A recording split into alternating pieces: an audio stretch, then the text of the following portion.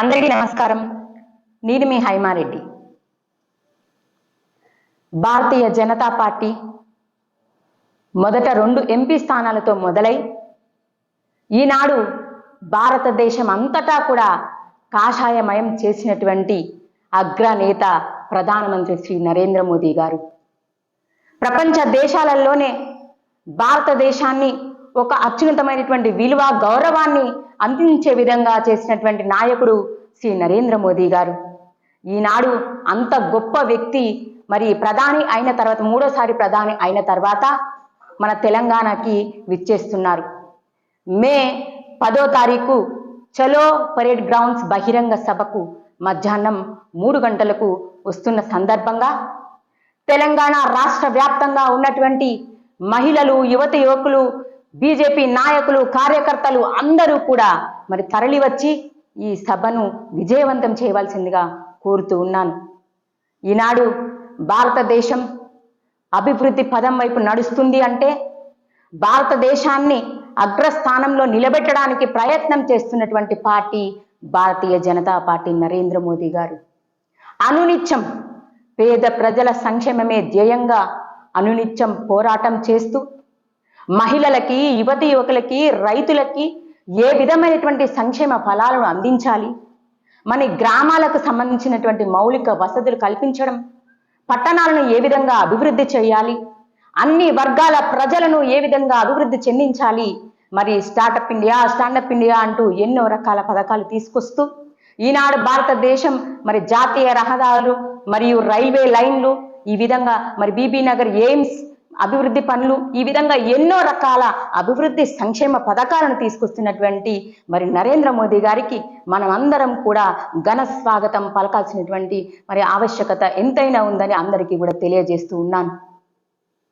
ఈనాడు తెలంగాణ రాష్ట్రం అభివృద్ధి చెందింది అంటే దానికి కారణం ప్రధానమంత్రి నరేంద్ర మోదీ గారు.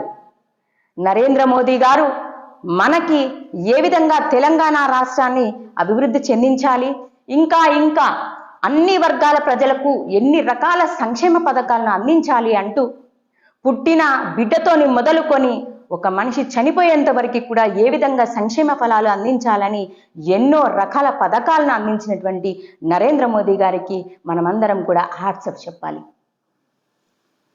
మనం చూస్తున్నాం, కాంగ్రెస్ ప్రభుత్వ పరిపాలన చూసినాం.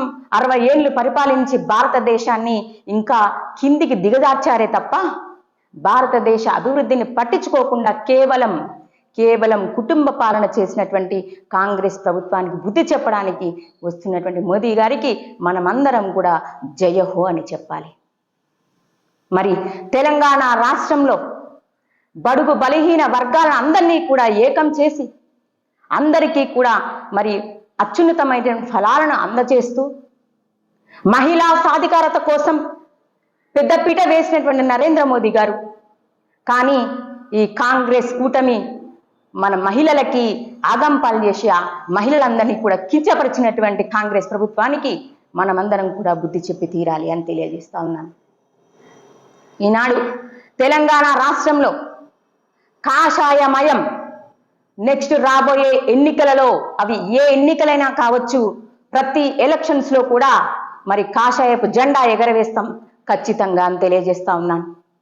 తెలంగాణ రాష్ట్ర ప్రజలు చూస్తున్నారు, ఈ కాంగ్రెస్ ప్రభుత్వానికి మనం ఓటు వేసి గెలిపిస్తే వాళ్ళు ఇచ్చినటువంటి ఏ ఒక్క హామీ కూడా నెరవేర్చకుండా ఈనాడు ప్రజలందరినీ కూడా ఇబ్బందుల పాలు చేస్తూ, గోసల పాలు చేస్తూ, పెద్దవాళ్ళు, మహిళలు, యువకులు అందరికీ కూడా ఇచ్చినటువంటి హామీలు నెరవేర్చకుండా, ప్రభుత్వ పథకాలను మరి ఇచ్చిన హామీలను అందజేయకుండా ప్రజలకి మోసం చేస్తున్నటువంటి ఈ కాంగ్రెస్ ప్రభుత్వానికి తెలంగాణ రాష్ట్ర ప్రజలు ఖచ్చితంగా బుద్ధి చెప్పి తీరుతారని తెలియజేస్తూ మరి మే 10వ తారీఖు మధ్యాహ్నం 3 గంటలకు చలో పరేడ్ గ్రౌండ్స్ బహిరంగ సభకి అందరూ కూడా విచ్చేసి ఈ యొక్క సభను విజయవంతం చేయాలని కోరుతూ మరి భారత్ మాతాకి జై.